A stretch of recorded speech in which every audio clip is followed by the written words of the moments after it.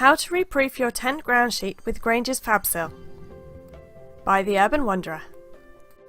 If you have an old, second-hand or very well used tent, you'll probably find that it's starting to wet out or leak. Rather than replacing it, how about giving it a reproof? That way you prolong the life of the tent and you save yourself some good money.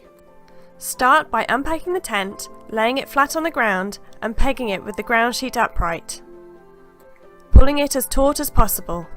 There will of course still be some creases due to the nature of the ground sheet and the shape that it is.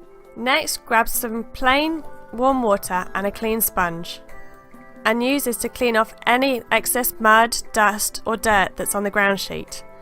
That's to make sure that the sealant gets a very good connection with the ground sheet and make sure it's totally waterproof. Make sure you concentrate on the seams, as that's where a lot of the mud and grime gets caught. You need to let it dry naturally, so take time to feed the birds, do a bit of gardening or catch it with some other work, like getting the rest of your camping gear together. And if you see where it's dried round this bit here but not round here, that's what's called wetting out, and that's where it would have been wet on my camp. Basically, wetting out means that water is getting into your dry space. Once the ground sheet is totally dry, you're ready to start reproofing. So grab your kit and get ready to start painting. Pour a small amount of Grangers Fabsil into a glass bowl with your very clean paintbrush. A new one's best. Remembering to pop on some rubber gloves to protect your hands. Right, so what you need to do is start painting it on, which doesn't drip too much.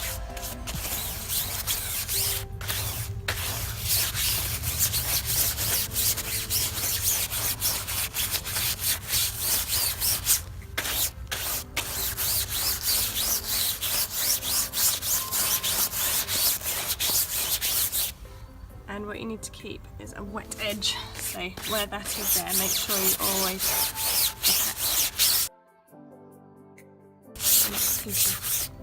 waterproofing onto that wet edge there. Paint the Grangers Fabsil over the whole ground sheet, making sure to go underneath where the little folds are, and paying extra attention to the seams.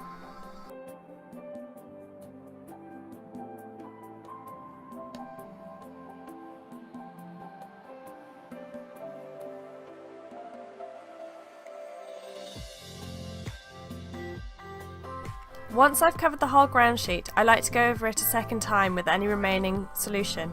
This is just to make sure I haven't missed anywhere and to make sure that it's got full coverage. Very well coated, looks like new again. And I did it twice just to make sure it was all fully covered, and now I'm going to just leave it out here to dry. If you notice any little wells of Fabsil in the creases, these will need to be rubbed down with a towel before you leave it to dry completely. Just use your cloth to spread it out, and then it's ready to dry in the fresh air for around 4 to 6 hours, depending on the weather. Making sure it doesn't get wet at all, as that will ruin the coating.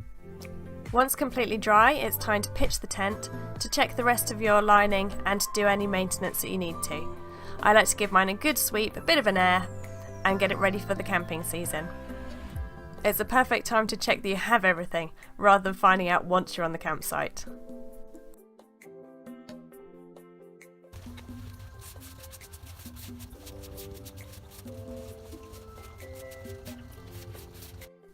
And once you're done, get ready to pack it down, fold it away and look forward to your next camping trip. And that's how to reproof your ground sheet using Grangers Fabsil. I have more information on my website at www.theurbanwanderer.co.uk, where you can find out how to reproof the whole tent as well. And remember, don't replace, reproof!